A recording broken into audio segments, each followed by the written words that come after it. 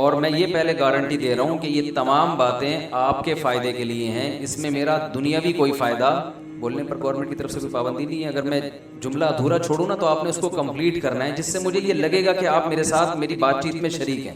میں سمجھا پا رہا ہوں اپنی بات؟ اگر میں کوئی جملہ کمپلیٹ نہیں کرتا، چھوڑ دیتا ہوں اس کو، تو یہ آپ سے اگلوانے کے لیے کہ اگلا لفظ کس نے کہنا ہے، آپ نے کہنا ہے، تو مجھے یہ لگے گا کہ آپ میرے ساتھ شریک ہیں. تو میں جو کچھ کہہ رہا ہوں یہ سب آپ کے فائدے کے لیے، اس میں میرا کوئی فائدہ نہیں ہے. تو یہ بتانا اس لیے ضروری ہے تاکہ آپ بات غور سے سنیں.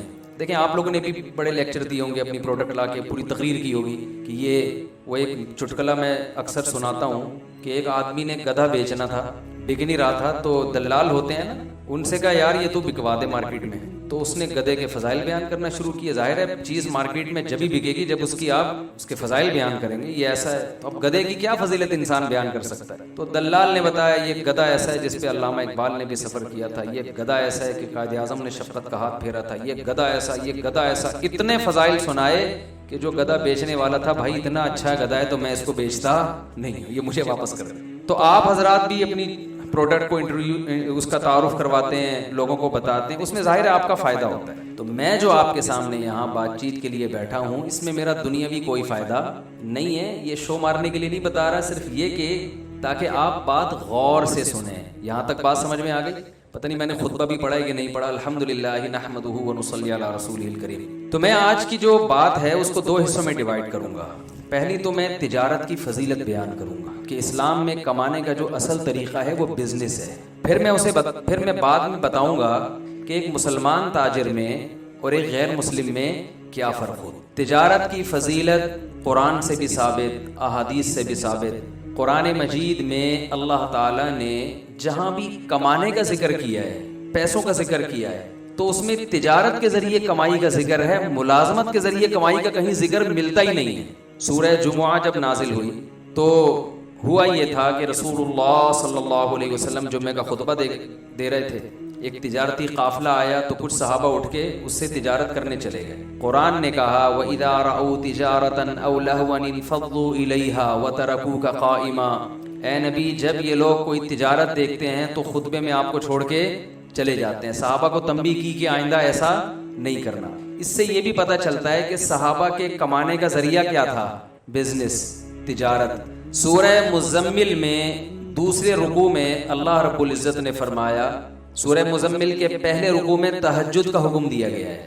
دوسرے رکوع میں اللہ نے فرمایا کہ ساری رات تہجد پڑھنا تمہارے ذمہ ضروری نہیں ہے کیونکہ تمہارے دن میں بھی کچھ کام ہوتے ہیں.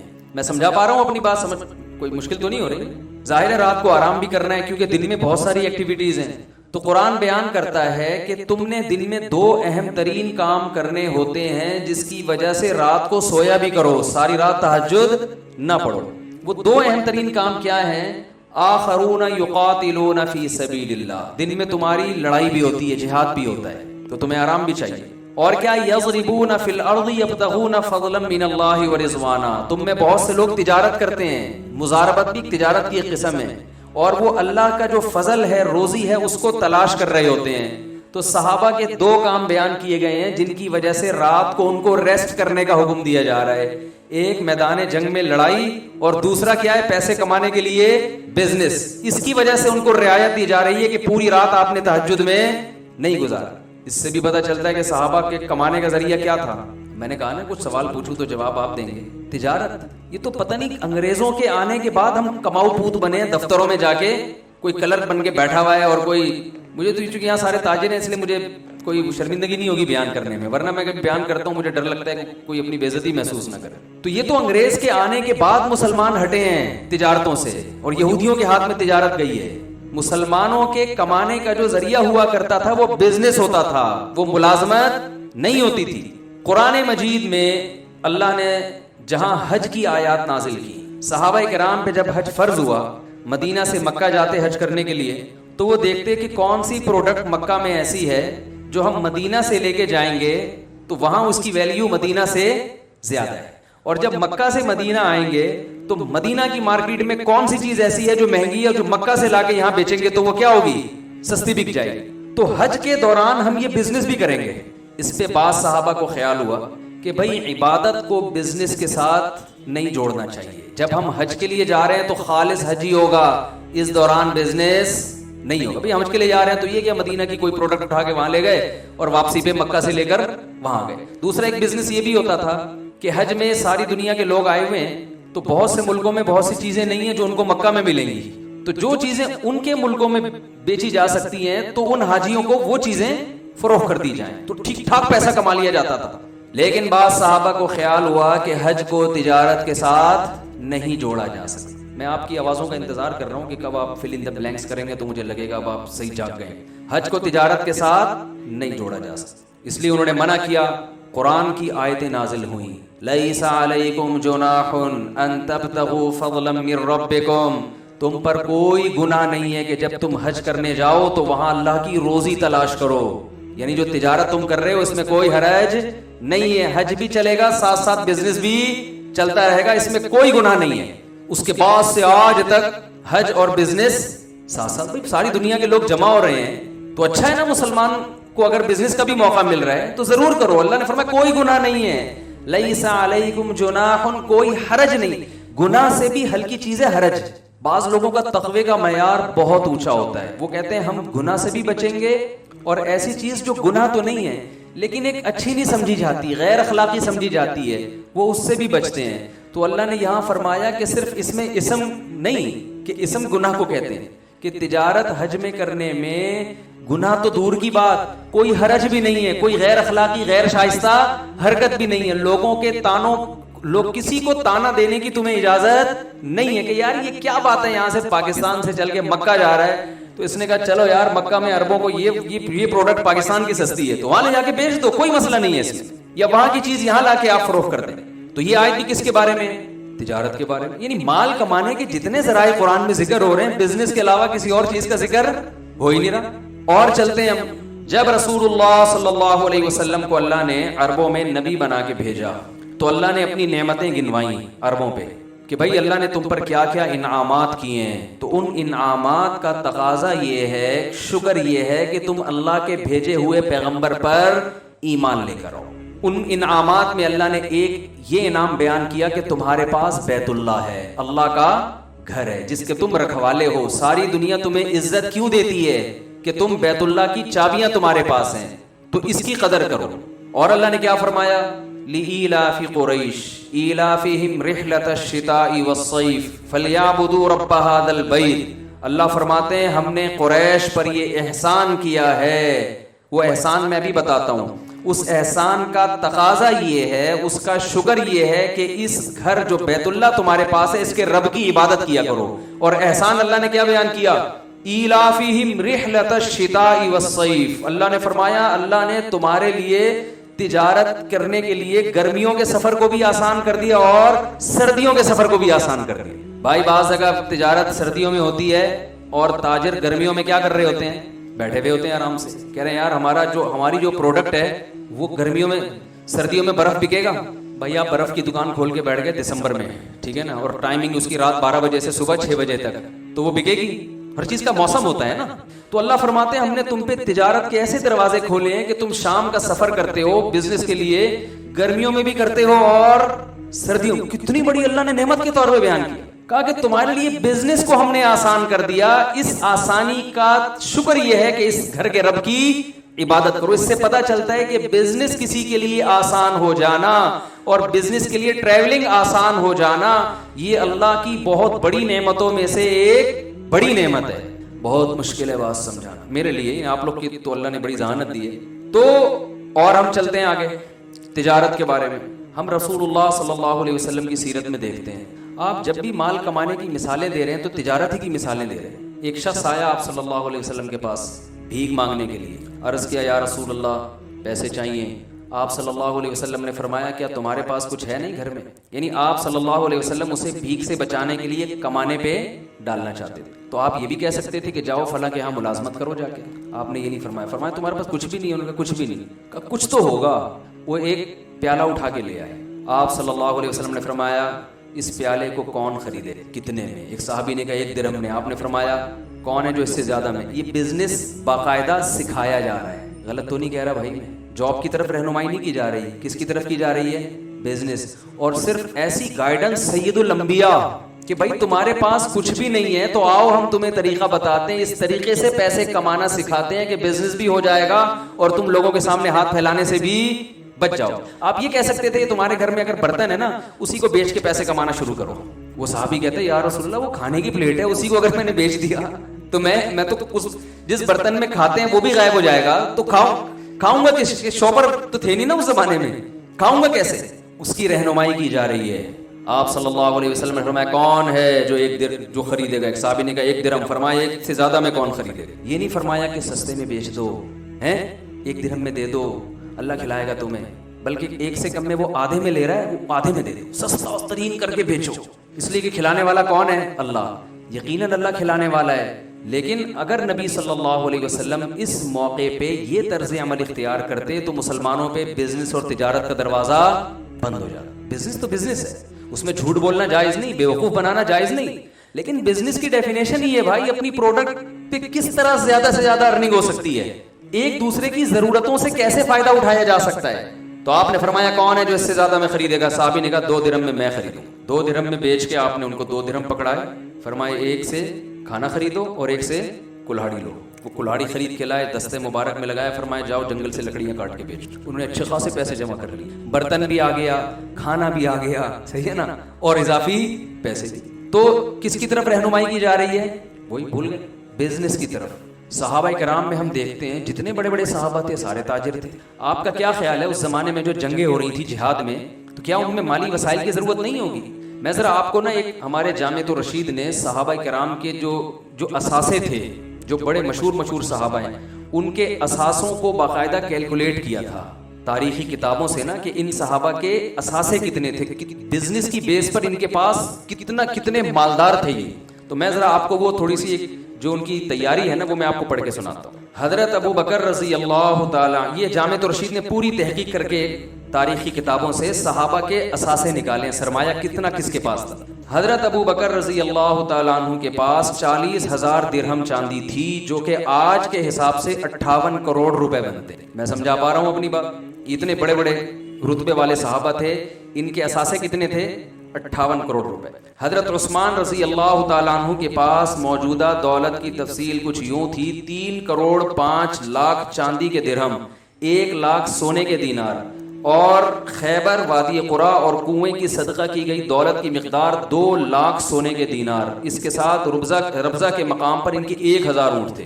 اگر ہم ابن کثیر کے پیش کردہ اعداد و شمار کو حتمی مانے تو سونے اور چاندی کی موجودہ قیمت کے اعتبار سے جو حضرت عثمان کے اثاثے بنتے ہیں 11 ارب 90 کروڑ 5 لاکھ روپے. یہ کس کے اثاثے تھے بھائی؟ بولو نا یار, کیا ہو گیا بھائی؟ تو میں آپ کو پیسے کمانے کی ترغیب دے رہا ہوں. آپ پہلے مولوی سنیں گے یار ہمیں پیسے کمانے کی ترغیب دے رہے ہیں, لیکن میں اس کو سیٹنگ پہ لاؤں گا ابھی, ٹھیک ہے نا. تو کتنے اثاثے ہوئے؟ 11 ارب 90. یہ باقاعدہ تحقیق ہے, یعنی ایسے ہی نہیں ہے کہ ایسے کسی نے اندازہ. 11 ارب 90 کروڑ 5 لاکھ روپے آج کے زمانے کے حساب سے. حضرت عثمان رضی اللہ تعالیٰ کے پاس جو ایک ریشو تھا نا کہ اتنی مالیت ان کے پاس رہا کرتی تھی. عبد الرحمن ابن عوف رضی اللہ عنہ کا نام بھی آپ نے سنا ہوگا. انہوں نے ایک موقع پر جو ہے نا جہاد میں 40,000 درہم دیے ہیں, جو 58 کروڑ روپے بنتے ہیں. جس نے 58 کروڑ کا چندہ دیا ہوگا, تو چندہ تو آدمی اپنی آمدن میں سے کچھ حصہ نکالتا ہے نا بھئی. ایسا تو نہیں ہوتا کہ آپ کی چندہ دے کے آپ خود چندے کے مستحق بن گئے تھوڑے دنوں میں, ایسا تو نہیں ہوتا نا. اپنی انسان جو ارننگ کا ذریعہ وہ تو سنبھال کے رکھتا ہے نا. تو حضرت عثمان رضی اللہ تعالیٰ عنہ نے میدان جہاد میں ایک مرتبہ جو چندہ دیا, اس کی تعداد کتنی تھی؟ میں چندہ نہیں مانگوں گا آپ سے, بے فکر رہے ہیں. آپ کہیں اچھا بھی ہمیں یہ بلوا کے نا آہستہ آہستہ لائیں گے کہ اب آپ بھی 2-3 کروڑ نکالیں. تو 58 کروڑ روپے حضرت عثمان نے کیا دیا؟ چندہ. ایسے بہت سارے صحابہ, یہ پوری ان کی جو ہے تحقیق لکھی ہوئی, میں پڑھوں گا تو کافی ٹائم ہو جائے گا. جتنے بڑے بڑے محدثین ہیں وہ سارے کیا تھے؟ تاجر. خود رسول اللہ صلی اللہ علیہ وسلم نے نبوت سے پہلے کمانے کا جس چیز کو ذریعہ اختیار کیا وہ کیا تھی؟ تجارت. آپ نے پوری زندگی تجارت, ہاں بکریاں چرائی ہیں, وہ ملازمت تھی. وہ اس لیے کہ رسول اللہ صلی اللہ علیہ وسلم نے فرمایا کوئی نبی دنیا میں ایسا نہیں آیا جس سے اللہ نے بکریاں نہ چروائیں. وہ ایک مصلحت ہے, قوت برداشت پیدا کروانا, وہ ایک الگ چیز. لیکن آپ صلی اللہ علیہ وسلم کی جو غربت کو, مسکنت کو اللہ نے دور کیا, وہ بھی تجارت کے ذریعے. ابھی قاری صاحب نے سورہ ضحیٰ کی تلاوت کی نا, وَوَجَدَكَ عَائِلًا فَأَغْنَىٰ, اے نبی ہم نے آپ کو غریب اور مسکین پایا سو ہم نے آپ کو مالدار بنا دیا. یہ مالدار کیسے بنایا کہ حضرت خدیجہ رضی اللہ تعالیٰ عنہ کے پاس پیسہ تھا, پیسے کو انویسٹ کرنے کے لیے کوئی ایماندار آدمی نہیں مل رہا تھا. انہوں نے نبی صلی اللہ علیہ وسلم سے نکاح کیا کہ پیسہ میرا ہوگا اور اس پیسے سے کاروبار کون کریں گے؟ رسول اللہ صلی اللہ علیہ وسلم. اس سے اللہ تعالیٰ نے آپ صلی اللہ علیہ وسلم کے مال میں بھی اضافہ کیا اور حضرت خدیجہ رضی اللہ تعالیٰ عنہ کے مال میں بھی اضافہ کیا. تو ہم اگر اس پہ میں بہت کچھ کہا جا سکتا ہے تجارت کی فضیلت پر. اسلام کا جو مزاج وہ بھی کیا ہے؟ تجارت کا ہے. اس لیے کہ اسلام کسی کی غلامی پسند بولے نا بھائی نہیں کر. ایسا نہ ہو آپ کے سارے امپلائی چھوڑ چھاڑ کے بھاگ جائیں کہ ہم اپنی کمپنیاں کھول رہے ہیں. اسلام غلامی کو کیا, اسلام کا مزاج میں غلامی نہیں. غلامی صرف کس کی ہوگی؟ بولے نا بھائی اللہ کی ہوگی. تو آپ بتاؤ تاجر اپنا کھاتا ہے نا, اپنی مرضی سے آفس پہنچے گا, جب دل چاہے گا دکان بند کر دے گا. ملازم کو یہ سہولتیں ہیں. بلکہ دفتروں میں جو آج کل حالات چل رہے ہیں نا, اس میں تو آپ کو پتا ہے کہ باس کو مکھن لگانے کے علاوہ کوئی اور کام ہوتا ہی نہیں. پیٹھ پیچھے بیٹھ کے صبح سے شام تک برائیاں کرتے رہیں گے اس کی. جیسے ہی آئے گا تو سر کیونکہ اس کو پتا ہے نچوڑ تیل کہاں سے نکلے گا, اسی کنویں سے نکلے گا. تو اسلام کے مزاج میں کیا ہے؟ سر اٹھا کے جینا. یہ تاجر تو سر اٹھا کے جی سکتا ہے, ملازم سر اٹھا کے نہیں جی سکتا. ملازمت میں آپ کی محنت کا فائدہ کون اٹھائے گا؟ جس کے آپ ملازم ہیں, فائدہ سارا وہ اٹھائے گا. میں دنیا میں الحمدللہ میرے اب سفر ہونے شروع ہوئے ہیں, بہت سارے ملکوں میں جانا ہوا, پاکستان میں بہت سی جگہوں میں جانا ہوا.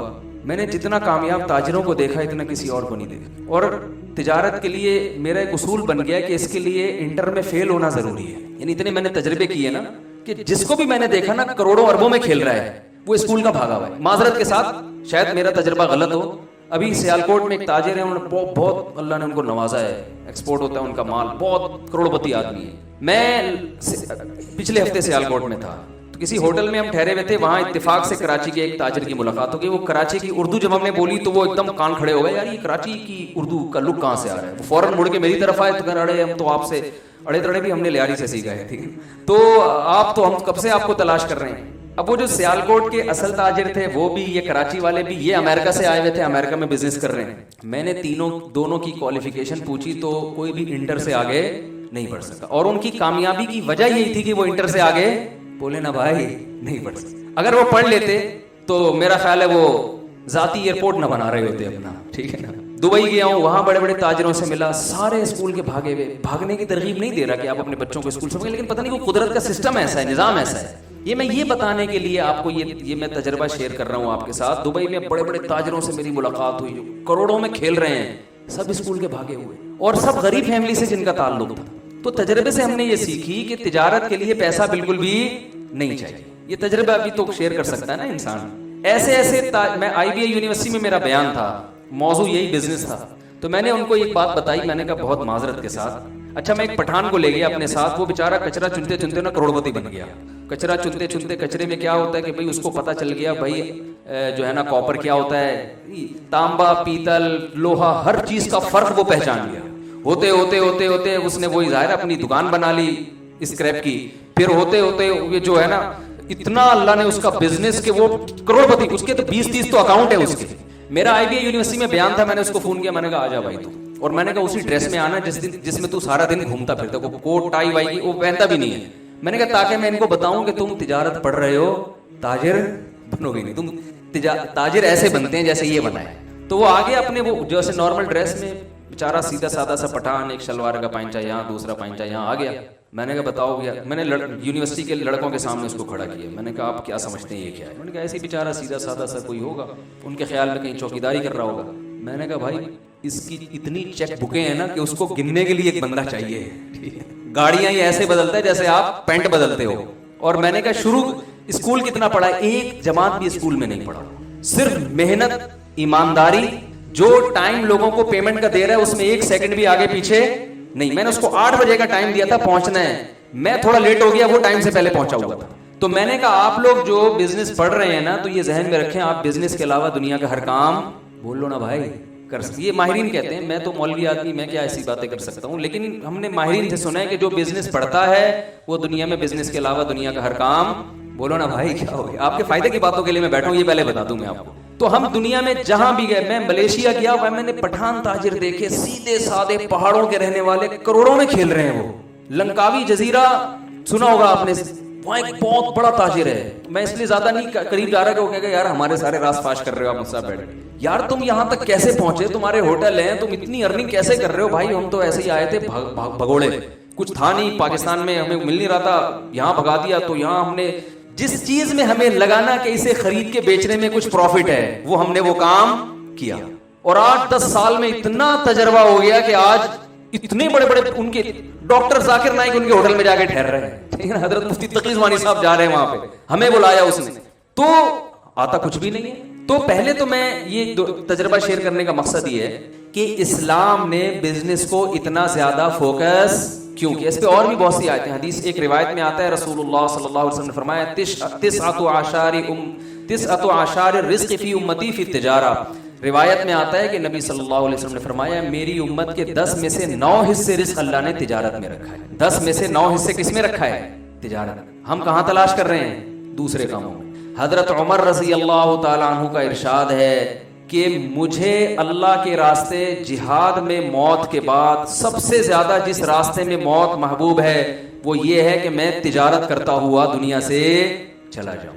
جہاد کے بعد جو شہادت ہے اس کے بعد اگر میں چاہتا ہوں کسی راستے میں موت آئے تو وہ کون سی راستہ ہے کہ میں تجارت کر رہا ہوں. تو بھائی اسلام نے اتنا فوکس کیوں کیا ہے؟ سوال یہ پیدا ہوتا ہے نا, تجارت کو اتنا فوکس کیوں کیا ہے؟ ایک وجہ تو یہ ہے رسول اللہ صلی اللہ علیہ وسلم نے فرمایا المؤمن القوی خیر من المؤمن الضعیف. طاقتور مومن اللہ کو کمزور مومن سے زیادہ, بولنے نا بھائی کیا ہو, پسند ہے, محبوب ہے. طاقتور مومن اللہ کو زیادہ محبوب کیوں ہے؟ کیونکہ مسلمان کے طاقتور ہونے سے اسلام طاقتور ہو. علماء کہتے ہیں یہاں طاقت سے صرف جسمانی قوت مراد نہیں ہے. طاقت کی ڈیفینیشن یہ ہے کہ آپ وہ کچھ کر سکتے ہو جو دوسرا نہیں کر سکتا. تو جسمانی لحاظ سے بھی آپ طاقتور ہوں تو آپ وہ کچھ کر سکیں گے جو کمزور, آپ 4 شادیاں کر سکیں گے, کمزور کر سکتا ہے معذرت کے ساتھ ہے بھائی, کمزور آدمی کر سکتا ہے. تو آپ وہ کچھ کر سکتے ہیں جو کمزور نہیں کر سکتا. تو جیسے جسمانی طاقت اگر آپ کے پاس ہے تو آپ وہ کچھ کر سکتے ہیں جو کمزور نہیں کر سکتا. تو اسلام یہ چاہتا ہے کہ مسلمانوں کے پاس مالی طاقت بھی دوسروں سے زیادہ ہو. ان الذين كفروا ينفقون اموالهم ليصدوا عن سبيل الله. فرمایا جو کافر ہے وہ اپنا مال خرچ کرتا ہے اسلام کو ختم کرنے کے لیے, اور ایمان لانے والے اپنا مال خرچ کرتے ہیں اسلام کو پھیلانے کے لیے. حضرت مولانا اشرف علی تھانوی رحمہ اللہ تعالیٰ جب ہندوستان میں کسی مسلمان کا اچھا گھر دیکھتے, اچھی گاڑی دیکھتے تو فرماتے مجھے بڑی خوشی ہوتی ہے, اس لیے کہ مسلمان کے طاقتور ہونے سے ہندوستان میں اسلام کیا ہوگا؟ طاقتور. بنی اسرائیل جو پسے ہیں اس لیے کہ وہ سب کچھ ان کے ہاتھ سے نکل گیا, فرعون نے غلام بنا لیا ان کو. اور آپ کو پتا ہے یہودی انتہائی اقلیت میں, اگر کہا جائے نا کہ دنیا میں سب سے کم آبادی یہودیوں کی ہے تو غلط نہیں ہے, لیکن سب سے زیادہ پاورفل کون ہے؟ یہودی ہے. کیونکہ بزنس سارا کس کے ہاتھ میں ہے؟ یہودیوں کے ہاتھ میں. پیپسی کولا ان کی, کوکا کولا ان کا, اور ہماری جب کولا آتی ہے زمزم کولا, مکہ کولا, نام سے ہی لگ رہا ہوتا ہے کہ بھائی یہ اس میں روحانیت ڈال کے کوئی ٹیسٹ لایا کرنی ہے, ٹھیک ہے نا. دوسری بات یہ, میں ایک حدیث سنا کے اپنے بات کو تھوڑی دیر بس 10-15 منٹ بات کروں گا انشاءاللہ, پھر بات کو ختم کرتا ہوں میں. اب جو میں کہنا چاہ رہا ہوں ایک مثال سے سمجھاؤں گا. ایک صحابی کو رسول اللہ صلی اللہ علیہ وسلم نے دیکھا کہ درخت لگا رہے ہیں. آپ صلی اللہ علیہ وسلم نے انہیں فرمایا کہ تمہیں حدیث کا مفہوم ہے, کیا تمہیں یقین ہے کہ جب تک یہ درخت پھل دے گا تم اس وقت تک زندہ بھی رہو گے؟ انہوں نے فرمایا نہیں. فرمایا پھر اتنی لمبی لمبی امیدیں ہیں بھائی, تمہیں کیا پتا. شعر لکھا ہوتا ہے نا, میں KPK میں کسی کام سے گیا تو وہاں میں جب سویا نا تکیے پہ شعر لکھا ہوا تھا, آگاہ اپنی موت سے کوئی بشر نہیں, سامان 100 برس کا پل کی خبر نہیں. میں نے کہا یار یہ ادھر لکھنے کا شعر نہیں ہے, سونے کے لیے آدمی لیٹ رہا ہے اور تکیے پہ اتنے خطرناک قسم کا. میں نے کہا یار یہ شعر بالکل درست ہے لیکن یہ تکیے پہ سونے کے تکیے جو رات کو سوتا ہے آدمی وہاں لکھنے کا نہیں ہے. یہ تو ویسے آدمی کہیں بازار میں لکھنے کا ہے کہ وہاں موت سے ڈرو, یہاں تو میں نے کہا نیند نہیں آئے گی. تو لیکن شعر درست ہے یا نہیں ہے؟ تو آپ صلی اللہ علیہ وسلم نے فرمایا کہ تمہیں کل کا خبر نہیں اور تم درخت لگا رہے ہو, ہے بھائی درخت لگا رہے ہو تم. اس حدیث سے کیا لگ رہا ہے, جو میسج مل رہا ہے سرسری طور پر اگر دیکھا جائے, میسج یہ مل رہا ہے کہ درخت لگانا اسلام میں کوئی اچھا کام, بول لینا بھائی دیکھو تو نہیں ہے, بولنے میں کیا جا رہا ہے. درخت لگانا اسلام میں کوئی اچھا کام نہیں ہے. جو بھی درخت لگائے گا مولوی صاحب یہ حدیث پیش کریں گے, یار وہ صحابی لگا رہے تھے درخت اور آپ صلی اللہ علیہ وسلم نے فرمایا تمہیں کل کا پتہ نہیں, پلاننگ کھجور کا درخت تو 5 سال بعد جا کے پھل دیتا ہے، 5 10 سال کی پلاننگ کر رہے ہو، کوئی فائدہ نہیں ہے. لہذا یہ جو لگے ہوئے ہیں ان کو بھی کاٹ دو تاکہ دنیا سے محبت جڑ سے کیا ہو جائے، ختم ہو جائے. اس حدیث سے یہ پتہ چل رہا ہے.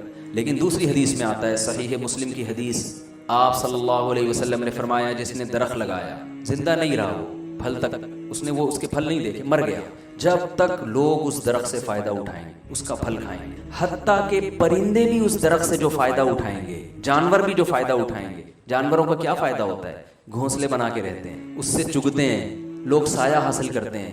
فرمایا پرند اور چرند بھی جو فائدہ اٹھائیں گے اس کو قبر میں اس کا ثواب، بولے نا بھائی، ملتا رہے. دیکھو دونوں حدیثیں ایک دوسرے کی اپوزٹ. اس حدیث سے کیا پتہ چلتا ہے؟ درخت، بولو نا بھائی، لگانے چاہیے. یہ پتہ چل رہا ہے نا، پہلی والی حدیث سے پتہ چل رہا ہے نہیں لگانا چاہیے، دوسری سے پتہ چل رہا ہے لگانے چاہیے. تو ظاہر ہے ایک پیغمبر دو متضاد باتوں کا حکم تو نہیں دے سکتے. اصل میں پہلے جو منع کیا جا رہا ہے اس میں درخت لگانے سے مقصد کچھ اور تھا، یہاں جو لگانے کی ترغیب دی جا رہی ہے اس سے مقصد کچھ اور ہے. درخت ایک ایگزامپل ہے، درخت ایک ایسی چیز ہے کہ جتنا ہوتا ہے، جتنا نظر آتا ہے نا تو اتنا نہیں ہوتا، بلکہ اس کے پھل ہیں، اس کے ثمرات ہیں، جس کو پھل کہا جاتا ہے، اس کا پروفٹ ہوتا ہے. ایک آم کی گٹلی لاکھوں آم پیدا کرتی ہے کہ نہیں کرتی؟ تو درخت کا بیسک مقصد یہ ہوتا ہے کہ ایک آم کی گٹلی ڈالوں گا یہ ضائع ہو رہی ہے، انویسٹمنٹ ایک آم کی گٹلی کی ہے اور پروفٹ لاکھوں آم کی شکل میں. ایک کھجور کی گٹلی دفن کی جا رہی ہے، ضائع ہو رہی ہے نا، آپ کی گٹلی آپ نے زمین میں دبا کے ضائع کر دی، اس لالچ میں ضائع کرتے ہو یار، یہ انویسٹمنٹ ہے، اس کا جو پروفٹ ہوگا کھجور، لاکھوں کھجور پیدا ہوں گے، تو ایک ضائع کرنے میں کوئی حرج نہیں ہے. بزنس بھی یہی ہے. یہ تو ایک مثال ہے حدیث میں جو ہر جگہ فٹ کی جا سکتی ہے کہ آپ نے اگر اپنی صرف دنیا کو سامنے رکھ کے کاروبار کرنا ہے تو آپ صلی اللہ علیہ وسلم آپ کو بتا رہے ہیں کہ بھائی تم 20 30 سال کی پلاننگ کر رہے ہو، کل کوئی ٹرک کچل کے چلا گیا، یہ سب فیکٹری کیا ہو جائے گی، تباہ و برباد. یہ اچھا سودا نہیں ہے. تم نے کاروبار کرنا ہے، بزنس کا درخت لگانا ہے یہ سوچ کے کہ زندہ رہا تو کھاؤں گا، نہیں رہا تو اولاد فائدہ اٹھائے گی، مسلمان فائدہ اٹھائیں گے، اس سے میں غریبوں کی مدد کروں گا، خود بھی کھاؤں گا، لوگوں کو بھی کھلاؤں گا. کیونکہ رسول اللہ صلی اللہ علیہ وسلم نے فرمایا الید العلیٰ خیر من الید السفلی، اللہ کو خرچ کرنے والا ہاتھ مانگنے والے ہاتھ سے زیادہ پسند ہے. اور آپ صلی اللہ علیہ وسلم نے فرمایا جو شخص اس نیت سے تجارت کرتا ہے کہ لوگوں کے سامنے ہاتھ نہ پھیلانا پڑے، سر اٹھا کے جیوں میں، کھلانے والا بنوں کھانے والا نہ بنوں، اور ایمانداری کے ساتھ یہ کام کرے، تو قیامت کے دن آپ صلی اللہ علیہ وسلم کی صحیح حدیث ہے پیغمبروں کے ساتھ اس کا حشر ہوگا، انبیاء کے ساتھ اس کا حشر ہوگا. تو بزنس سے آپ کا مقصد آخرت ہونی چاہیے، اور آخرت آپ کو دنیا کی نعمتوں سے محروم نہیں کر رہی. یعنی آپ کہیں یار آخرت کا کانسیپٹ تو یہ پھر ہم سب کچھ صدقہ کر دیا کریں، خود چنچی میں جایا کریں، غریبوں کو لینڈ کروزر خرید کے دیں، یہ نہیں ہے. ہمیں حدیث میں اس پہ بھی رہنمائی ملتی ہے. کتنا آسان دین ہے بھائی، کتنا بالکل فطرت اللہ التی فطر الناس علیہا. اللہ نے قرآن کی کو ڈیفائن کیا، فرمایا یہ وہی نیچر ہے جس پہ میں نے لوگوں کو پیدا کیا ہے. یہ کوئی ایسی ہوائی اور آسمانی باتیں کرے گا ہی. یہ سارے مذاہب دنیا میں تباہ کیوں ہو گئے؟ انہوں نے ایسے ایسے فلسفے پیش کیے نا جو لوگوں کی نیچر نے اس کو اپیل نہیں کیا. 4-6 مکھنچو تو جمع ہو گئے. عیسائیوں نے کہا کہ اللہ جب راضی ہوگا جنگلوں میں جا کے عبادت کرو، تو 4-6 چلے گئے، وہیں مر گئے. ٹھیک ہے نا، قوم نے اس کو ایکسپٹ نہیں کیا. سائنسدان پیدا ہونے کا ترقی کرو یار، دنیا میں اللہ نے خربوزہ پیدا کیوں کیا اگر اسے کھانا نہیں ہے؟ آم پیدا کیوں کیا اگر اسے اوائڈ کرنا ہے، کھانا نہیں. تو اسلام وہ بات کرتا ہے جو کس کے مطابق ہوتی ہے؟ نیچر کے مطابق. تو آپ صلی اللہ علیہ وسلم کے پاس ایک صحابی آئے. اچھا لوگ، میں یہ صحابی والی حدیث بیان کرتا ہوں بعد میں، پہلے میں ایک اشکال قائم کرتا ہوں کہ سوال یہ پیدا ہوتا ہے کہ اتنی فضیلت ہے تو آپ صلی اللہ علیہ وسلم نے پھر پیسہ کیوں نہیں کمایا؟ آپ کی غربت میں کیوں موت واقع ہوئی؟ آپ کے کپڑے کیوں ایسے پیون زدہ؟ اور آپ کی سواری اتنی سادہ کیوں؟ اور آپ 40 دن گھر میں چولہا جل کیوں نہیں رہا؟ سوال پیدا ہوتا ہے نا. جب ابو بکر جو آپ کے اتنے قریبی ساتھی ہیں وہ تو 58 کروڑ روپے کے مالک ہیں، اور نبی صلی اللہ علیہ وسلم ایک چیز کے بھی مالک نہیں ہے. تو یاد رکھیں رسول اللہ صلی اللہ علیہ وسلم کے پاس جتنا پیسہ آیا آپ نے وہ رکھا نہیں ہے. صبح آیا تو شام ہونے سے پہلے صدقہ کر دیا، وہ رکھا نہیں ہے. کیونکہ آپ کو اللہ نے ایسا کامل بنایا کہ اگر آپ رکھ لیتے نا، کل غیر مسلم اعتراض کر سکتے تھے کہ یہ سارا کس کی مسئلہ تھا، یہ نبوت اصل میں پیسوں کا مسئلہ. معاذ اللہ. تو آپ نے اپنی ذات کو ایسا بنا کے رکھا کہ کوئی کل انگلی نہ اٹھا سکے، کوئی معاذ اللہ نقل کفر عیش و عشرت کا تانا نہ دے سکے. جیسے آپ نے اتنی شادیاں کی نا، تو اب غیر مسلم تانا دیتے ہیں یار معاذ اللہ اتنی شادیاں کی آپ نے. تو بھائی آپ نے جو اتنی نکاح کی ہے وہ نکاح کا طریقہ اگر آپ دیکھ لیں تو پھر پتا چلتا ہے کہ معاذ اللہ نقل کفر یا عیاشی کی بیس پہ یہ نہیں ہو سکتے. کیوں؟ اس زمانے میں سب 10 بیویاں رکھا کرتے تھے, عرب میں رواج تھا, اور جلدی شادی کیا کرتے تھے. آپ نے شادی دیر سے کی 25 سال کی عمر میں, حالانکہ اس زمانے میں رواج کیا تھا 15 سال کی عمر میں. آج بھی گاؤں دیہاتوں میں سب کب نکاح کرتے ہیں 15 16 سال میں شادیاں ہو جاتی ہیں. آپ نے پہلی شادی کی 25 سال میں, اور کی کس سے؟ 40 سالہ خاتون سے جو 2 دفعہ بیوہ ہو چکی ہیں. بہت مشکل ہے بات سمجھانا بھائی, کتنی دفعہ بیوہ ہو چکی ہیں؟ 25 سال میں. نقل کفر نباشت. کوئی انسان جسے خواہشات پوری کرنے کا شوق ہو, اس زمانے میں جہاں جلدی شادیاں ہوتی ہیں اور درجنوں شادیاں ہوتی ہیں لوگوں کی, وہ شادی بھی 25 سال کی عمر میں کر رہے ہیں, اور اپنے سے 15 سال بڑی خاتون سے جو 2 دفعہ بیوہ ہو چکی ہیں. اور پھر آپ صلی اللہ علیہ وسلم نے 25 سال انہی پر اکتفا کیا ہے, جبکہ عرب میں ایک بیوی پر قرات کو معیوب سمجھا جاتا تھا. آج بھی لوگ معیوب سمجھتے ہیں. آپ جا کے بتائیں میری ایک بیوی ہے, وہ تمیز سے بات ہی نہیں کریں گے آپ سے. بولے یار تم 2 شادیاں تو کرنے کے کیا انقلاب لے کر آؤ گے. معذرت تھوڑے سے یہ ٹاپک آ جاتا ہے, تڑکا لگ جاتا ہے اس کا, تو وہ معیوب سمجھتے تھے. اس کے باوجود آپ کیا کر رہے ہیں؟ اسی بیوہ کے ساتھ 50 سال تک آپ صلی اللہ علیہ وسلم نے ان کے ساتھ گزارا کیا ہے, جبکہ کلچر اس کو قبول نہیں کر رہا. اور ان سے اتنی محبت کی کہ امی عائشہ فرماتی ہے مجھے کسی پر ایسے رش نہیں آتا تھا جتنا رش حضرت خدیجہ پہ آتا. اس کے بعد آپ نے دھڑا دھڑ نکاح کیے, ہجرت کے بعد کثرت سے نکاح کیے, یہ بتانے کے لیے کہ وہ جو میں نے کیا تھا نا وہ میرا مزاج تھا, اب جو میں کر رہا ہوں وہ اسلام ہے. نہیں آ رہی بات؟ یہ والی باتیں تو بالکل سمجھ میں آئیں گی نہیں نا, وہ والی پھر بھی تھوڑی آ جائے. تو پھر آپ نے جلد نکاح کی ترغیب بھی دی. جو 15 سال کا شباب ہوتا ہے زمانہ, اس میں آپ نے ترغیب دی. گویا آپ نے بتا دیا کہ بھئی میں نے جو کچھ کیا اس کی ایک حکمت مسلک تھی, لیکن جب ہجرت ہو گئی ہے, اسلام کے تفصیلی احکام آ رہے ہیں, تو اب میں جو آرڈر کروں گا تم نے اس آرڈر کو فالو کرنا ہے. وہ آرڈر یہ ہے کہ نکاح میں تاخیر مت کرو. 25 سال میں نکاح اسلام میں تاخیر کی عمر سمجھی جاتی ہے, جلدی کرو نکاح. سمجھ میں آ رہی ہے بات؟ تو اللہ نے اپنے نبی سے کچھ ایسے کام کروائے ہیں تاکہ کل کوئی انگلی نہ اٹھا سکے. تو کوئی بدبخت ہمارے نبی کی شان میں گستاخی نہیں کر سکتا کہ آپ کو یہ تانا دے. بھائی اگر معاذ اللہ عیش کے لیے کیے تو پہلے کرتے نا. کوئی ہے نوجوان جس میں ظرف ہے جو 15 سالہ بڑی عورت سے نکاح بھی کرے اور 25 سال اسی کے ساتھ گزار دے؟ ایسے کوئی عیش و عشرت والا میرا خیال ہے مارکیٹ میں آج تک پیدا نہیں ہوا ہوگا. تو جو آج کل لوگ مارکیٹ میں, جس مارکیٹ کی بات آپ تاجر لوگ ہیں نا, تو مارکیٹ کا لفظ زیادہ سمجھیں گے آپ. تو ہمارے نبی صلی اللہ علیہ وسلم کو کچھ ایسے کام کروائے گئے. تو آپ کے پاس دولت بہت آئی, مگر صبح آئی اور شام ہونے سے پہلے صدقہ. تو جب رکھا ہی نہیں ہے تو کپڑے کہاں سے پہنے؟ ٹھیک ہے نا, وہی پیون زدہ کپڑے, وہی خوراک آپ صلی اللہ علیہ وسلم کی. لیکن جن صحابہ نے پیسہ رکھا ان کو آپ نے منع نہیں کیا, اور یہ ترغیبات دی ہیں. المؤمن القوی خیر من المؤمن الضعیف, تجارت کے فضائل بیان کیے. اب میں یہ عرض کر رہا تھا کہ ایک صحابی رسول اللہ صلی اللہ علیہ وسلم کے پاس آئے, پراگندہ بال, پھٹے پرانے کپڑے. آپ نے فرمایا کیا تمہارے پاس پیسہ نہیں ہے جس سے تم اپنے کپڑوں کو درست کر لو, بالوں کو درست کرو؟ نے فرمایا ہاں. تو آپ صلی اللہ علیہ وسلم نے فرمایا ان اللہ یحب ان یرا اثر نعمته علی عبده. اللہ چاہتے ہیں کہ اللہ نے جب کسی کو کوئی نعمت دی ہو تو وہ اس کے چال ڈھال اور آثار میں, لباس پوشاک میں وہ نعمت جھلکنی چاہیے. تو اس میں ہمارے نبی نے ہمیں اجازت دے دی کہ پیسہ ہے تو تمہارے اوپر بھی اس کا اثر, بولے بھائی, نظر. ایسا نہ ہو کہ کروڑوں کی مالیت ہے اور سفر چنچی میں کر رہے ہو. میں ایسے لوگوں کو جانتا ہوں, بہت پیسہ دیا. میرے پاس ایک زمانے میں تھی GTO 125 کاواساکی ہے, بڑی مشہور بائکوں کا ہمیں بڑا شوق رہا ہے. اب وہ میں افورڈ نہیں کر پاتا تھا اس وقت, میرے پاس اتنے بوتھ, پیٹرول اتنا تھا کہ وہ کھڑے ہو جاؤ تو وہ ٹینکی نہیں بھرتی تھی. تو ہمیں کھلنے لگا, بائک چھوڑنے کا دل نہیں چاہتا تھا.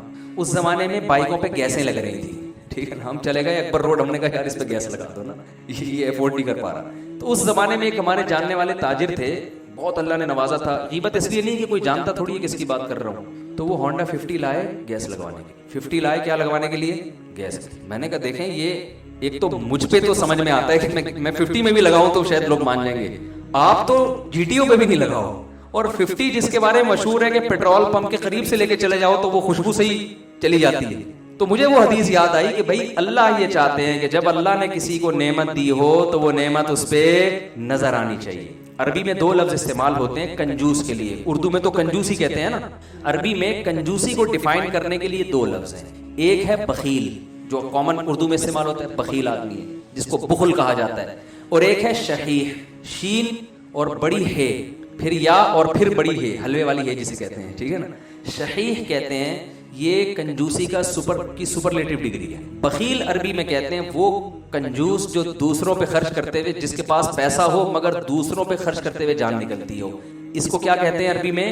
بخیل. اور شحیح اس کو کہتے ہیں جس کمبخت کی اپنے اوپر خرچ کرتے ہوئے بھی، بولو بھائی، جان نکلتی. یہ کنجوسی کی سپرلیٹو ڈگری ہے کہ اتنا کچھ ہے، نہ کمبخت گاڑی صحیح رکھتا ہے، نہ گھر صحیح بناتا ہے، نہ کھاتا صحیح ہے. تو اسلام نے اس کو پسند نہیں کیا کہ آپ دولت رکھیں اور جھلکے نہ، آپ سے نظر نہ آئے. نبی صلی اللہ علیہ وسلم نے رکھی نہیں ہے. تو یا تو اتنا بڑا ظرف ہو کے رکھنا ہی نہیں ہے، تو اتنا بڑا ظرف تو مارکیٹ میں میرا خیال ہے شارٹ چل رہا ہے، اور ہمیں اجازت بھی نہیں ہے. بعض صحابہ کو نبی نے اجازت نہیں دی کہ سب کچھ صدقہ کر دو، فرمایا نہ، سب کچھ صدقہ کرنے کی آپ کو اجازت نہیں. تو آپ نے تجارت سے نیت کیا کرنی ہے؟ نیت ہے آخرت کی. یہ درخت جو ہم لگا رہے ہیں یہ کس لیے لگا رہے ہیں؟ آخرت کے لیے. زندہ رہے کھائیں گے، دوسروں کو بھی کھلائیں گے، مر گئے ہمارے بعد والے لوگ فائدہ اٹھائیں گے. تو چونکہ اب اس میں آپ کی نیت آخرت ہے، تو جس کی یہ نیت میں آپ سچے ہیں یا نہیں. اللہ قرآن میں اللہ تعالیٰ کا ارشاد ہے، افحسب الناس ان یترکوا ان یقولوا آمنا وهم لا یفتنون. لوگ یہ سمجھتے ہیں کہ صرف زبانی دعوے قبول کر لیں گے، آزمائیں گے نہیں. تو اللہ فرماتے ہیں ایسا بالکل بھی نہیں ہے. وَلَقَدْ فَتَنَّا الَّذِينَ مِن قَبْلِكُمْ، جس نے بھی دعویٰ کیا ہے ہم نے اسے آزمایا. تو آپ کہہ سکتے ہیں کہ یار آج سے مفتی صاحب میں نیت کرتا ہوں کہ میرا جو اتنا بڑا بزنس ہے کسی بھی چیز کا، یہ اب اللہ کے لیے ہے. لائف اسٹائل آپ کا جوں کا توں، ٹھیک ہے نا؟ تو اتنا کافی بولے نا بھائی. اس سے یہ نہیں ہوگا کہ یہ ساری تجارت میں آپ کو دنیا میں بھی پیڑے کھانے کو، اب آخرت میں بھی آپ جنت الفردوس میں گھومنا شروع کر دیں اس فیکٹری کی وجہ سے.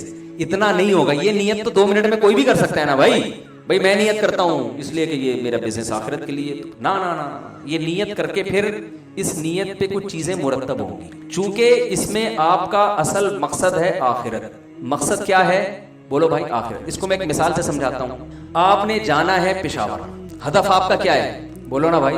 کراچی سے آپ پشاور جا رہے ہیں، آپ کو 2 سے 3 دن کے اندر آپ نے وہاں ہر قیمت پہ پہنچنا ہے. درمیان میں جو سفر ہے اس سفر میں ہر پاگل سے پاگل بھی چاہتا ہے کہ یار یہ سفر جتنا اچھا گزر سکتا ہے اتنا گزرے. اگر کوئی آپ کو جہاز کا ٹکٹ دے رہا ہے فری میں تو آپ ٹرین میں جانے کی کوشش نہیں کرو، الا یہ کہ ٹرین ہی کو انجوائے کرنا چاہتے ہو آپ. کچھ لوگ ٹرین میں سے جا رہے ہیں، ٹرین کا اپنا مزہ ہے. وہ سنا دو ڈبو کے کھانے کا مزہ، تھوڑا سا چٹکلا ہے بس درمیان میں. میری عادت ہے چٹکلے چھوڑتا نہیں ہوں میں.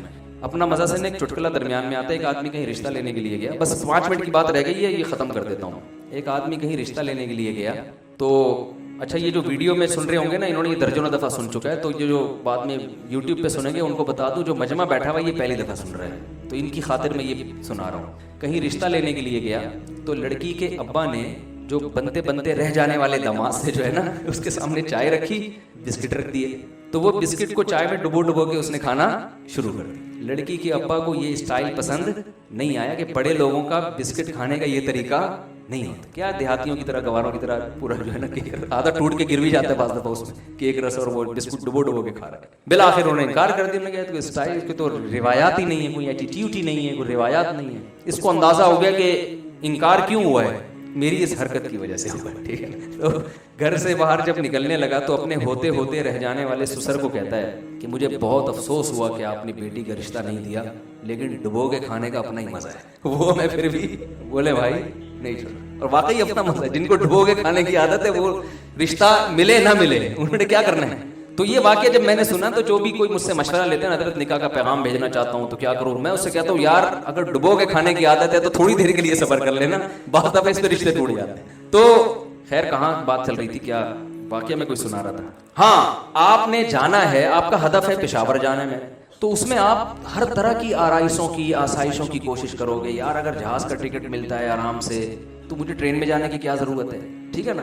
پھر اگر آپ ٹرین میں جا رہے ہو تو آپ بزنس کلاس لینے کی کوشش کرو گے، وہاں آپ چاہو گے ہر سہولت ملے، ٹھیک ہے نا. تو یہ وہ تمام سہولتیں ہیں جو آپ کے ہدف میں رکاوٹ نہیں بن رہی، بلکہ آپ کو اپنے ہدف کے اور قریب لے کے جتنا سکون سے سفر ہوگا تو جس مقصد کے لیے پشاور جا رہے ہو وہ مقصد اور آسانی سے حل ہوگا. ورنہ ٹرین میں ہی آدھا ہو جاتا ہے نا آدمی. 50-50 بچپن میں ہم دیکھا کرتے تھے، اس میں بڑا مزاحیہ سا وہ ہوتا تھا، بڑے سادہ سا مزاح ہوتے تھے. اس میں دکھایا کہ لاہور سے کراچی ٹرین آ رہی ہے. ٹرینیں اس زمانے میں آپ کو پتا ہے کہ اتنا رولاتی تھی، تو اس میں بتایا کہ لاہور میں کچھ بچے چڑھے، ان کا انٹرویو لیا گیا، کہاں جا رہے ہو؟ جی اسکول کی چھٹیاں، کراچی گھومنے جا رہے ہیں. جب ٹرین کراچی پہنچی ہے تو بچے بڑے ہو چکے تھے. بچے کیا ہو چکے تھے؟ ان کی جو پینٹیں تھیں وہ چڑیاں بن چکی تھیں. یعنی ٹرین اتنی لیٹ ہوتی تھی کہ بچے کیا ہو گئے, بڑے ہو گئے, ان کی پینٹیں چڑیاں بن چکی ہیں. ایک بوڑھے نے جو ہے نا وہ ایک جوان بوڑھا ہو گیا تھا, تو بیچارہ کانپتے کانپتے کھڑکی سے باہر ہاتھ نکال کے اسٹیشن پہ کہتے ہیں کراچی آ گیا. انہوں نے کہا آ گیا, بس یہ کہا اور بیچارہ مر گیا, کیونکہ میری زندگی ختم ہو گئی. تو اگر آپ اس قسم کی ٹرین میں جاؤ گے تو ظاہر ہے وہاں جا کے آپ جس کام کے لیے گئے تھے وہ تو نہیں ہو سکے گا نا. تو آپ ہر وہ چیز جو ہدف تک پہنچنے میں رکاوٹ بن رہی ہے اس کو سائڈ پہ لگا دو, اور جو رکاوٹ نہیں بن رہی وہ تمام عیاشیاں آپ کرو گے, ٹرین میں بھی جہاز میں بھی. پیاس لگ رہی ہے پانی پیو گے, کولڈ ڈرنک کا دل چاہ رہا ہے آپ کولڈ ڈرنک پیو گے, چائے کا دل چاہ رہا ہے آپ چائے پیو گے, کیونکہ آپ سمجھتے ہو کہ بھائی یہ چیز میں اگر چائے, میرے سر میں درد ہو رہا ہے میں چائے نہیں پیتا تو اس سے کوئی پشاور جلدی تھوڑی پہنچ جاؤں گا میں, پی لو نا, کس نے منع کیا ہے. تو یاد رکھیں آپ کا ہدف اگر بزنس سے آخرت ہے اور آپ چاہتے ہو کہ قیامت میں پیغمبروں کے ساتھ آپ کا حشر ہو, مسلمان تاجروں کے ساتھ, ابو بکر, عمر, عثمان, علی رضی اللہ عنہم, امام ابو حنیفہ بھی تاجر تھے, امام ابو حنیفہ کے تو سمندر میں بحری جہاز چلا کرتے تھے تجارت کے, امام بخاری تاجر, عبداللہ بن مبارک تاجر, سارے جتنے محدثین بڑے سارے تاجر. تو آپ چاہتے ہیں ان کے ساتھ آپ کا حشر ہو, تو میرے بھائی ذرائع پہ سمجھوتا کرنا ہے, مقاصد پہ سمجھوتا نہیں کرنا. اگر آپ نے بزنس کیا اور اس میں آپ کو جھوٹ بول کر مال بیچنا پڑ رہا ہے تو یہ جھوٹ بول کے مال بیچنا آپ کی بزنس میں ترقی کا ذریعہ تو بنے گا, لیکن بزنس سے جو آپ نے نیت کی تھی آخرت, اس نیت میں کیا یہ بن رہا ہے, رکاوٹ بن رہا ہے. تو ایسی ارننگ جس میں آخرت ضائع ہو رہی ہے اس ارننگ کی طرف آپ نے قدم نہیں بڑھا. آپ شراب کا بزنس نہیں کر سکتے, آپ سود کا بزنس نہیں کر سکتے, جھوٹ بول کے مال بولے نا بھائی نہیں بیچ سکتے. نبی صلی اللہ علیہ وسلم ایک دفعہ لیٹے ہوئے اور آپ غضب سے بیٹھ گئے. آپ نے فرمایا ثلاث لا یکلمہم اللہ یوم القیامۃ ولا یزکیہم ولا ینظر الیہم ولہم عذاب علیم. 3 آدمی ایسے ہیں جن کی طرف اللہ قیامت میں رحمت کی نظر بھی اٹھا کے نہیں دیکھے گا, ان کے گناہوں کو معاف نہیں کرے گا, ان کے لیے دردناک عذاب ہے. 3 دفعہ آپ نے جملہ دہرایا تو حضرت ابو ذر غفاری بیٹھے ہوئے تھے, انہوں نے عرض کیا یا رسول اللہ خابوا وخسروا من هم یا رسول اللہ, یہ لوگ تو بالکل ہی برباد ہو گئے, تباہ ہو گئے, یہ کون لوگ ہیں؟ تو ان میں آپ نے ایک اس شخص کا نام ذکر کیا, فرمایا المنفق سلعتہ بالحلف الکاذب, جو جھوٹی قسم اٹھا کے اپنا مال بیچتا ہے. کتنی بڑی وعید ہے بھائی. آج ٹوپی کرانے کو ایک کمال سمجھا جاتا ہے, چونا لگانا, ٹوپی کرانا, یہی اس مارکیٹ میں یہی الفاظ چل رہے ہیں نا, الو بنا دیا, چونا لگا دیا, ٹوپی کرا دی, یہی کچھ چل رہا ہے. تو آپ نے تجارت کے دوران جھوٹ بولو بھائی نہیں بولو, اس سے ارننگ کم ہوگی, جتنی ہوگی اس میں برکت ہوگی. دیکھو برکت ایک الگ, یہ برکت کا انگلش میں ترجمہ نہیں ہے کیونکہ انگریز برکت کو مانتے نہیں. برکت کیا ہے, ایک آم کی گٹھلی زمین میں لگائی, لاکھوں آم پیدا ہو گئے, حالانکہ نظر نہیں آ رہے تھے. تو اللہ نے قرآن میں فرمایا کہ اللہ ایسے لوگوں کے مالوں کو بڑھاتا ہے جیسے گندم کے ایک دانے سے 100 دانے پیدا ہوتے ہیں, ایسے اللہ تعالیٰ بڑھاتا ہے. ایماندار تاجر کا جو مال میں برکت اس سپیڈ سے ہوتی ہے, اتنی سپیڈ سے مال میں برکت ہوتی ہے. تو پہلا آپ نے التزام کرنا ہے کہ تجارت میں جھوٹ بولو بھائی نہیں بولو. رشوت دینا بعض صورتوں میں جائز ہے. کسٹم میں آپ کا مال پھنسا ہوا ہے, کسٹم کا جو آفیسر ہے وہ رشوت لیے بغیر مال کو کلیئر ہی نہیں کر رہا اور آپ حق پر ہیں, وہ زبردستی کر رہا ہے آپ کے ساتھ. تو میں اس لیے جائز چیزیں بھی بتا دیتا ہوں کہ لوگ پھر کہتے ہیں یار 100% اسلام کے مطابق تو بزنس پھر ہمارے لیے ممکن ہے ہی. اب اگر کنٹینر آپ کا پھنسا ہوا ہے پورٹ پہ, کسٹم والے کہہ رہے ہیں کہ پیسے دو تو چھوڑیں گے, آپ کہہ رہے ہیں رشوت دینا حرام ہے, لینا بھی حرام ہے, تو اس کا مطلب پھر ظاہر ہے آپ کو یہ بزنس چھوڑنا ہی پڑے گا نا, وہ تو وہیں رہے گا قیامت تک, وہ ایلفی سے چپکا کے چلے جائیں گے. تو رشوت کا اصول یاد رکھیں. یہ میں اس لیے کہہ رہا ہوں کہ کچھ چیزیں لوگ ناجائز سمجھ رہے ہوتے ہیں, حقیقت میں اس کی گنجائش ہوتی ہے, تو وہ علماء سے آپ نے پوچھنا ہے اس کی شرعاً کتنی گنجائش ہے کتنی نہیں. رشوت دینا بھی حرام ہے, لینا بھی حرام, لیکن جب دینے والے کا مقصد کسی کا حق ضائع کرنا, اور لینا تو ہر صورت میں حرام ہے, تو جب آپ کا مقصد کسی کا حق ضائع کرنا نہیں ہے بلکہ اپنا حق لینا ہے جو بالکل جائز حق ہے, تو پھر علماء کہتے ہیں کہ لینے والے کو گناہ ملے گا, دینے والے کو گناہ نہیں ملے گا. سمجھ میں آ رہی ہے؟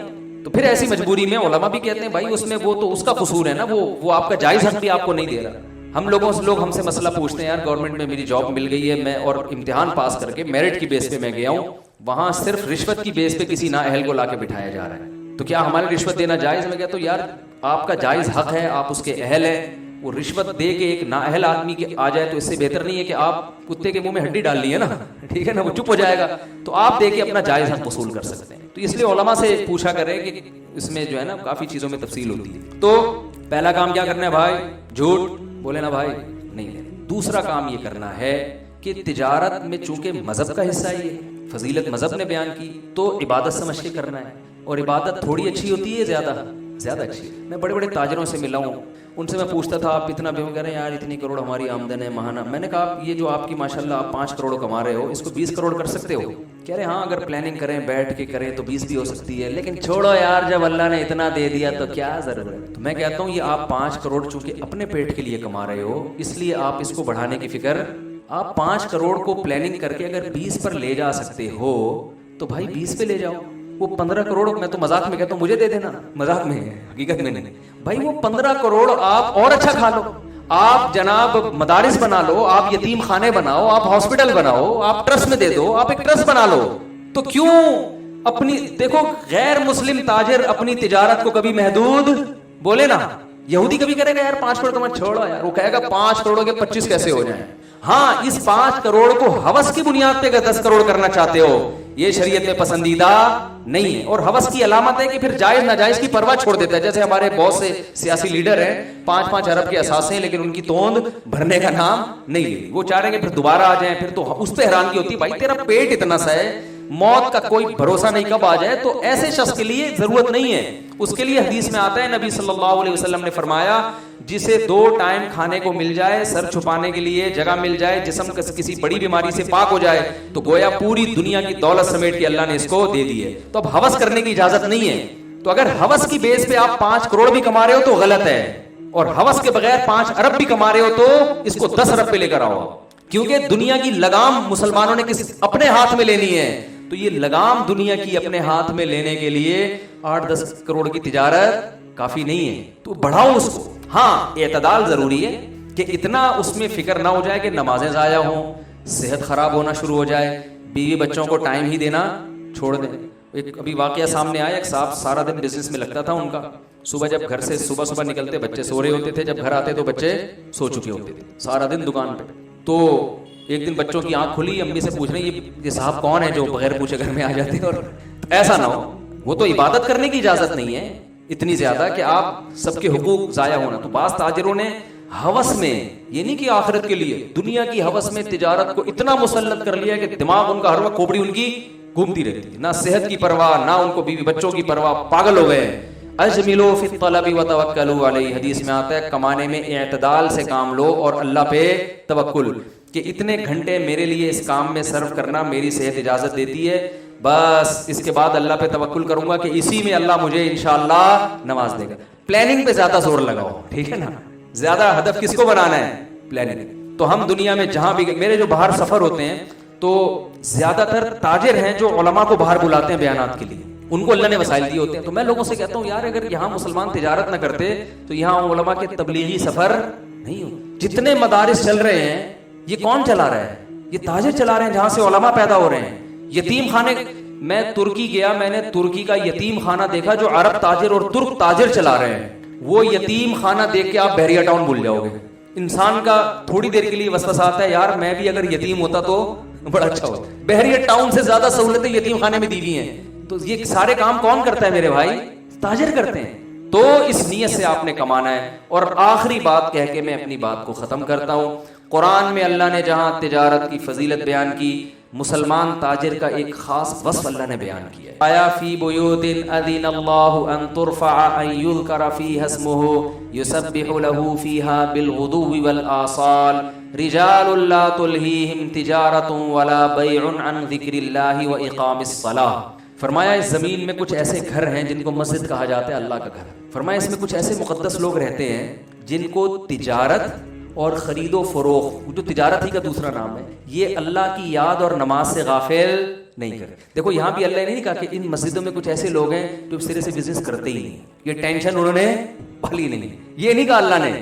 فرمایا ان میں کچھ ایسے مقدس لوگ ہیں جن کو تجارت نماز سے غافل نہیں، یعنی تجارت تو کرتے ہیں وہ لیکن نماز کے وقت میں وہ تجارت چھوڑ دیتے ہیں. یہاں بھی تجارت کی بھی فضیلت ہے کہ اللہ نے یہ بھی تو کہ مثال دے سکتے تھے کہ بہت سے نیک لوگ مسجدوں میں ایسے ہیں جو جاب جب کر رہے ہوتے ہیں تو باس کی پرمیشن کے بغیر ہی نماز پڑھنے آ جاتے ہیں. بھائی کمانے کے تو بہت سارے ذرائع ہیں نا, یہاں بھی اللہ کمانے کے صرف ایک ذریعے کو ہائی لائٹ کر رہے ہیں, وہ کیا ہے؟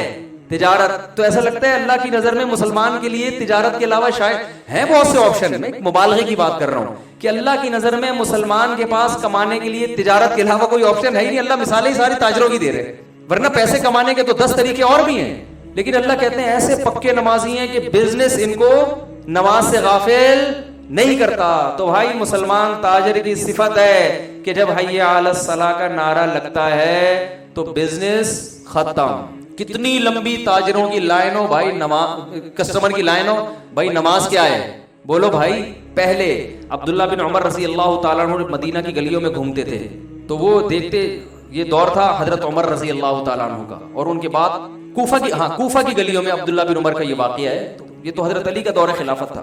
تو جیسے ہی اذان ہوئی نا دھڑا دھڑ دکانوں کے شٹر گرنا شروع ہوئے. اسلامی دور تھا, خیر غالب تھی. تو عبداللہ بن